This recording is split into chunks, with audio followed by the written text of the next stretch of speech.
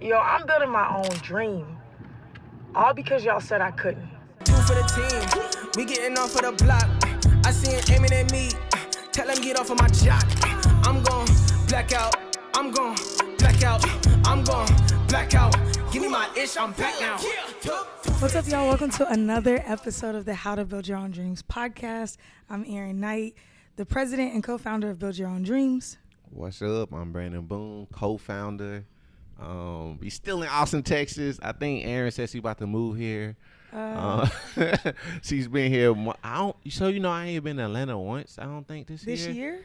Wow. And then last year was the opposite. Yeah, you were in Atlanta a lot. You'll be in Atlanta in 2 weeks. Yeah. Yeah. But today we got another special guest. We're gonna keep bringing creative entrepreneurs that's in our community that we rock with. And today we have D. Lauren Light. What's good? Y'all, D. Lauren Light. Hi. I'm happy to be here. Yeah. So I guess tell us a little bit about yourself. Yeah. Where you was born, what you do, all of that. My fun life stuff. story. Well, it all begins.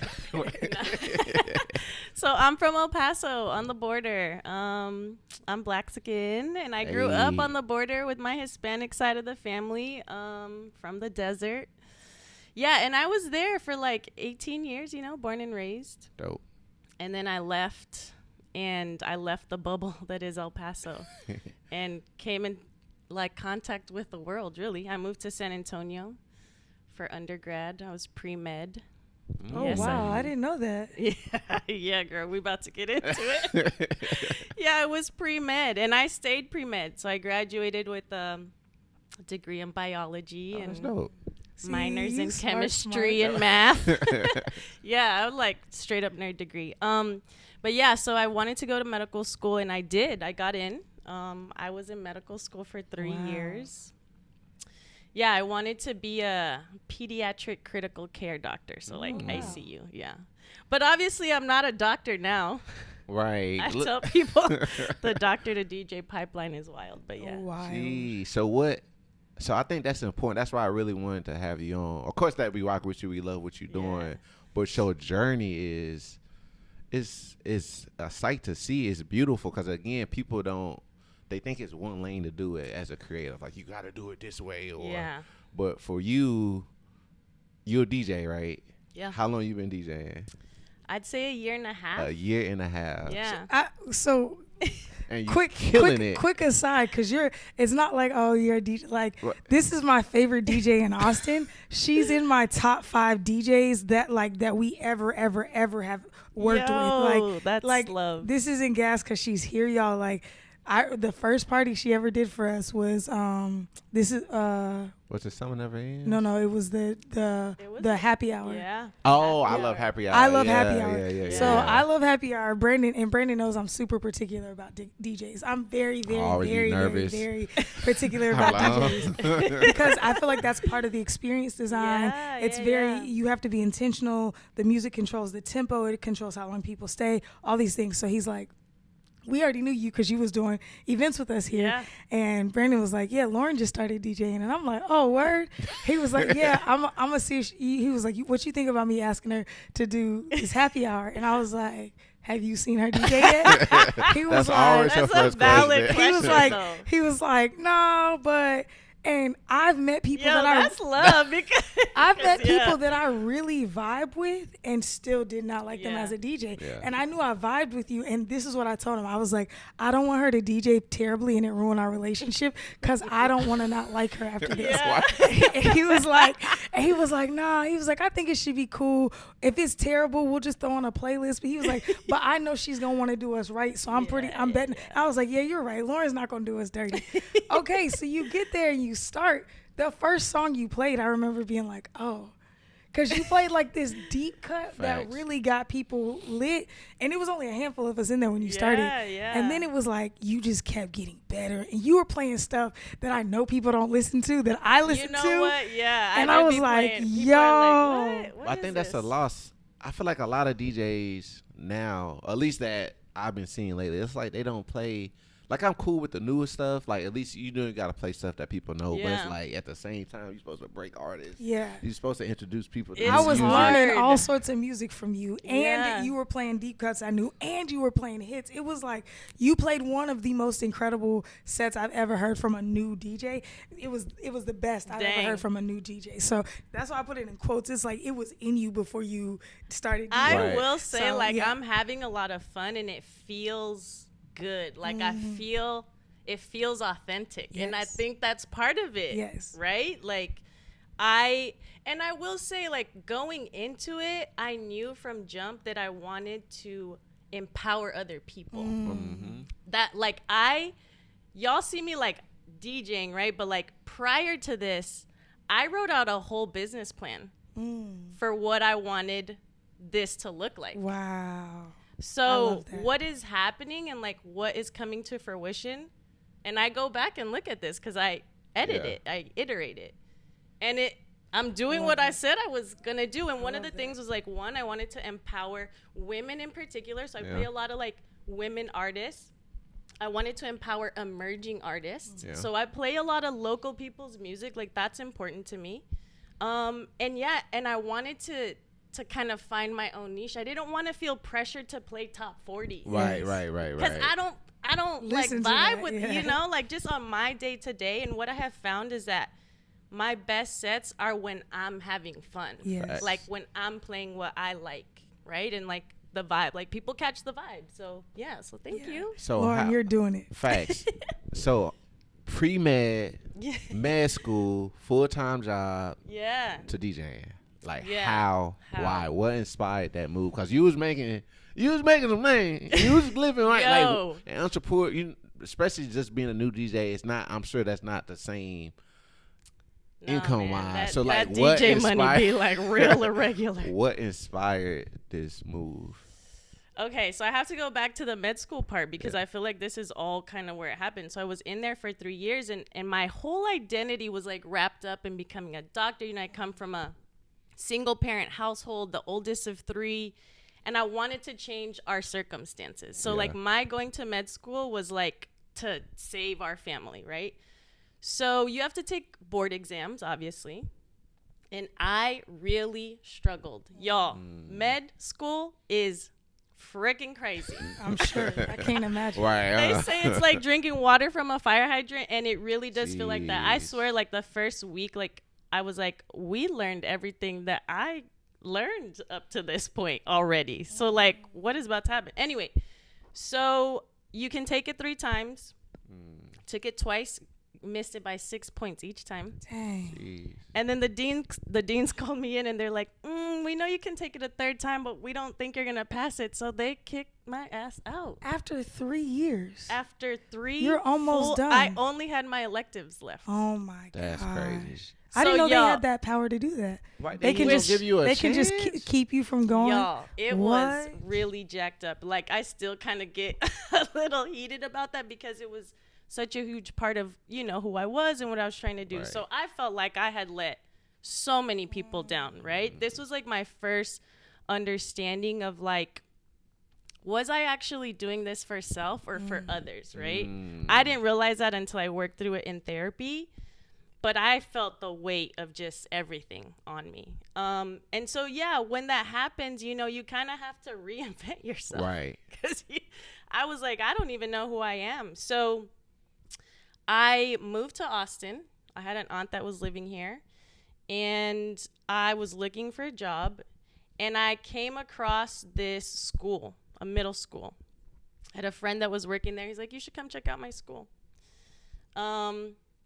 And so sure enough, fast forward, I become a teacher, right? So I teach for a couple of years. I taught middle school. Kids are dope. Highly recommend. I became an administrator, also in education, so assistant principal. Again, right? Just like Right, doing yeah, a yeah, lot, yeah. doing the most. Being And- the best at it. And I was an administrator through COVID, and that was so hard. I can't imagine that either.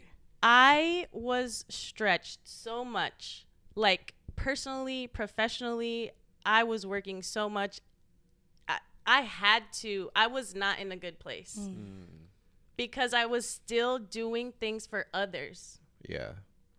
I'm realizing, So after COVID, you start to think about your time differently, your time, your energy. And I was like, I love kids. I love doing this work. The adults, but I don't like how this feels. Like, this doesn't feel good. And I had already started to dabble a little bit with DJing. Stefan, shout out to Stefan, was giving classes at Cuatro Gato. And I went to a few. So I that's when I kind of started to dabble. But I will say, like, I gave myself permission to do that, to do something for self. Yeah. And when I did that, I mean, I don't think you can go back once you feel what that feels like. So I just decided, you know what, I'm making money. I'm like doing all these things, but like, I'm not doing it for me. And so, I just kind of decided I wanted to live more authentically. And what that looked like for me in the moment was DJing and like kind of leaning into this creative space that I always had, but never really had time to like dedicate to it because I was on this like nerdy ass track. Can I curse on here? I'm sorry. You good. It's all good. See, Aaron, you've been doing great lately. I have not been cursing. I've been doing really good, Brandon. Yo. Yeah. So I guess that's important for a lot of people because there's a lot of different types of creatives. Again, that's why I want to keep reiterating. But a lot of times we do get stuck doing things for other people, working jobs for other people. Yeah. Or, you got to make money, got to pay your bills. But at the same time, a lot of people start to lose themselves. So I think it's very important how you made a decision to, I'm going to stop living for other people. It's like a daily thing. Yeah, it's a continuous journey. I'm not even gonna hold you. Yeah, because my nature is to, I am an empowered, right? Like I want to be in service of other people. Like even when I'm DJing, like, yes, I'm enjoying myself, but it's very much in service of. Right. And as like a people pleaser and all of the things, it's like you have to be very careful to set those boundaries. Like my therapist has me reading a book on boundaries, and she's like, "Is it called Boundaries?" It's called Boundaries. My therapist gave me the same book. What? Look, I'm relating to all the things you're saying. Yes. Yo. She's like, read chapter 1, and it jacked me up. Yeah. Yes. Because you realize I have the agency here. Yes. So like things aren't happening to me. I am allowing things to occur, right? I am creating these situations. So there's power in that. But yeah, I've had to be really intentional about tapping in with me to make sure that I'm still doing what is best for me. Right. And there's nothing wrong with that. Society make it seem like it's a bad thing, but it's not. Yeah. Yeah. I think that's how they keep us in that cycle. Facts. I relate heavily to this because, as you know, I've been going through a transition for almost exactly a year now. Yeah. It's almost September, so it's almost been a year of just being, I kept ending up in the same situations. It looked different every time, but I was giving my power to other people and wondering why I kept being hurt or taken advantage of or, and literally something happened last night and I was sitting on Brandon's couch like, I'm not losing it this time. Yeah. I can't, I'm not losing it this time. I'm upset. This person did me wrong. I'm releasing that. I recognize that I have to own it now. I gave them too much power. Yeah. I said that I am more interested in caring for you than I am in caring for myself. That part. And therefore, when you care about you more than you care about me, I'm hurt. And it's like, I can't expect that. So I had to start loving and caring for myself better. So now when it happens, it's like, okay, that was part of the old Aaron, but I've been caring for myself so well that it didn't affect me as much as it used to just derail me completely. Yeah. That's the growth. I tell people, like, I love plants and there are plants in here. It's dope. But what I love about them is like, you see that there are both like healthy parts and damaged parts. Yeah. And like, that's what healing I'm learning. Like healing is so messy. Ugly. Because you're like both things. like healed and unhealed, right? So it sometimes you make growth and the 2 steps back and the 3 steps like, Right, oh my yeah. God, it's just like a roller coaster. But what I have learned is that focusing on me, betting on me, investing on me, like all of that is where I need to focus my energy, right? And to your point, like I cannot control what other people do, but I can control how I respond. I can control where my boundary is. I can control how I react, like all of those things. So yeah, I mean, it's tough though. Very. Spicy. Yeah, facts. Okay, so I think kind of in line with this same thought process, why do you feel like it's important for you as a woman to be in this position DJing? I think that there are women who DJ, and it's becoming a lot more prominent, but it's still it's not regular, right? And as a woman, I'm keenly aware of that, which is why I'm so interested in you always, doing our parties. Like you said, you're empowering women, but even like the safety, the type of music that you're playing, not to say that, like, I don't feel threatened if a DJ is necessarily playing vulgar or derogatory to women music, because I get it's a party, whatever, but as my own, like, I'm not playing stuff that's consistently tearing down women. I feel you. You are the type of DJ who's like, yeah, I can still like an artist, but I don't have to play that song. Do you know what I'm saying? And so, like, I feel like for me on the consuming end, it's so important for me to see you and other women standing up and DJing. Like we work with a DJ called Sky Jetta. I work with her a lot, and I'm such a fan of her. But that's because I'm a fan of her too. She don't know me, but I know her. Jetta, y'all gotta connect. But like, I feel seen when she DJs, and I feel like women DJ on a different wavelength because we just operate from a different brain space. So for you, why do you feel like it's important for you to be like authentically you as a woman in the space and not just say, oh, I'm a DJ who happens to be a woman? You're like, no. My femininity, all of me is showing up when I DJ. I think again, like for me, it was very important when I started this to be authentic, which means like accepting all parts of me. And kind of like taking back that power, because you're right. It's been interesting. I'm not going to lie. No. DJing in this space, it's not always the most comfortable thing. One thing that I will tell you all that I have noticed that I was not prepared for is because I'm DJing, I'm stuck. Yeah. So anyone can come up to you. Can come up to me and try to engage. Right, yeah. And sometimes it's mad uncomfortable. And usually it's just me, right? Like there are people around, but it can be kind of intense. And so I think it was important for me because I've just always been a person who wants to occupy spaces that I was told I couldn't occupy. Yeah. That's just me. I refuse to be put in a box. I love telling people my story because they're like, what the? Like, wait, what? Yeah. I have always resisted that. And I think part of it is like my mixed identity, like growing up in a homogenous place, like the border is predominantly Hispanic. It's challenging to figure out who you are and how you belong. And so I just decided that I don't.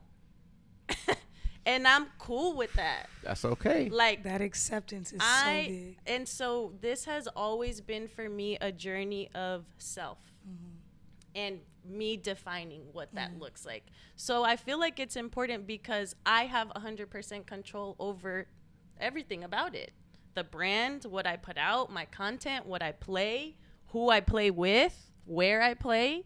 And it's important to me to really like make space. It's always been about making space so that other people can also come in and feel that, That's good. Let me ask, either one of y'all can answer, because I know we pivoting and going to that same lane where we focus on ourselves, right? We started our agency, we was heavily client focused. All our energy went to our clients, but now we focus on ourselves. But at the same time, we all about community. Right. So like, what's the line between focus on yourself but still being part of the community, if that makes sense? It does make sense. And I'm actually really glad that you brought this up because I think that there's so much value in community. Like, I think that people do not tap into it like they should. And so one thing that's important to me is like, yes, I am an individual and I want to create space for me, but I want to create space for me at the table where other people are sitting. Right? It's not just like I'm here over here by myself. Right. You know, like I want to be in a conversation with other people always, because there's so much value in collaborating. I was just playing with another DJ this last weekend, and it's so dope because they just do things different. Right. Yeah. You inevitably are learning, right? And so, yeah, to your point, like, I think it's important, and it's one of my values listed on that business plan is community, right? It's like, I think it's important to collaborate because we also like amplify the impact. Yes. Right? I have 1,200 followers, whatever. Right. You have 15,000, you have 30, you have 3, whatever. Like, but when we come together, that's amplified. Yeah. And I have noticed the difference when I do that, when I collaborate and I work in community. So I do think that it's important to have a balance. I think tapping in with self to be honest about when I can give and when I'm in a season of I need to like retain, because I do like to give out a lot of my energy. But yeah, I think it's important to just tap in with self to make sure you're always finding that balance. Right. That's dope. Yeah. So, you got a question? No. So what's next? So you've been Ooh. DJing for a year and a half now. You getting your groove. You got some residencies. You got a lot of dope gigs, a lot of things you're doing. Let's shout that out though. You're a You year and a killing it. half in, Yeah. and you already have residencies. Yeah. Not with an S. Like you're so Facts. consistently booked. We can't even book you for some of our events. I'm like, She really do be salty. I'm excited, and like every time he tells me, I get mad. But then I'm like, man, Laura's doing her thing. It's like I'm so excited for you, but then I'm salty because I'm like, dang, I can't even get her for the party. But it's like I get it because one, you're such a great DJ, but two, you're a great human. I get why people want to book you. It's easy to want to be in the room with you because you care. Thank you. I received that. Yeah. My therapist has me working on that. I received that. No, you're great. Yeah, it's been really fun. Like, working with y'all. I love y'all. It's super great. I'm very blessed that I have been booked and busy. So what's next? I would like to travel more. Yeah. So I'm really wanting to keep Austin like as a hub, but I really, really want to travel, DJing. And I'm wanting to use this as a platform for sure. Like my heart really is in like empowering other people and like building. So I want to get to the place where I really can break a new artist. Oh, wow. Like I love that That's is dope. my goal, where people are like paying attention to who I'm paying attention to. Yeah. Because there are so many amazing people Facts. Yes. that never get to a certain point because they just don't have somebody to open the door. Yeah. Right? And so I would really like to get to the space where I'm able to do that, where I have that kind of like impact. That's dope. But you also have, so you doing some of that now, right? Because we have your radio show, Yeah. your online digital magazine, you highlight artists. Yeah, that's been really fun. So in October, I'm working on trying to create like a showcase of all of the women that have been featured on the zine. Yeah, because they're, I won't give away who's going to be on, but I have it already scheduled through October. Nice. And, we have some people in fashion, some music, comedians. So, yeah, I think it'd be a cool, like, all women, like, almost like a talent show. So, yeah, that's kind of where my That's head kind of dope. fire, though. Dope. Y'all want to collab? Yes. Yeah, no, Yes. I was. That's so funny because when she Listen. said it, I saw both my of head went down and your head went up, and I was like, Hold on. I like the sound of that. Like, oh, that's Yeah. because Yeah. it brings so many different audiences. Let's I actually run it. really love Let's that. run it. Let's talk about that. That was Sheesh. fact. Okay, so we like to end the podcast now every time with a question.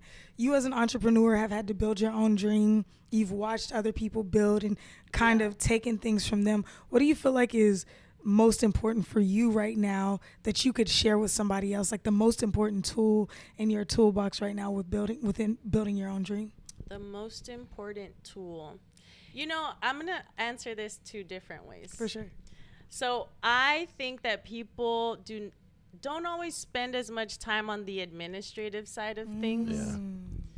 And y'all, when I tell you, like for me, business, like I have contracts, I send people calendar invites, like I'm on my email, right? Like it's tight by design.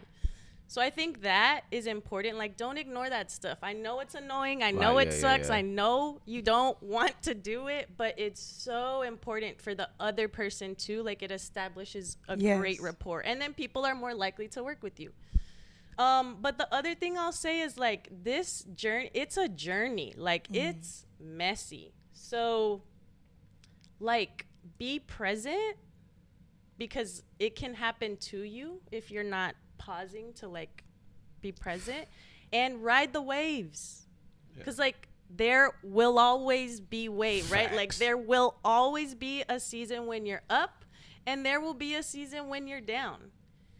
That's okay. Like, it's part of life. Yeah. Just ride it, right? When you're in a low, just be like, oh, I know what this is. Right. It sucks. Yeah.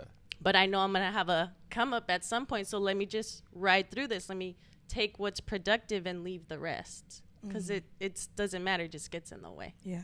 Dang, that's good. That's really good. Jeez. So where can people tap in with you? Where they can find you? Yeah. You know what I'm saying? All of that. So the best place to find, like, where I'm at is probably Instagram. So at The Real Lauren Light. All of my stuff has the same handle. So website, thereallaurenlight.com. Lots of information there. But yeah, probably Instagram's probably the best. I'm working on my TikTok, y'all. So. And that's where they can book you on your website as well. Yeah, everything you can do through their website or Instagram. Yeah. We have listeners all over Right. the U.S. and now all over the world. We've gotten some Facts. international listeners. Oh, yo, So if I y'all want are- to play internationally too. Yeah, so if y'all are hit trying me. to book one of Yeah. the sickest DJs, no gas, Yo, book love. Lauren Light. She Facts. got you. She want to travel. She's I going to really turn your do. party up. Let's Yeah. turn up. So like, share, comment, tell a friend. This is the How to Build Your Own Dreams podcast, and we'll see y'all next time. Peace. Peace. Bye.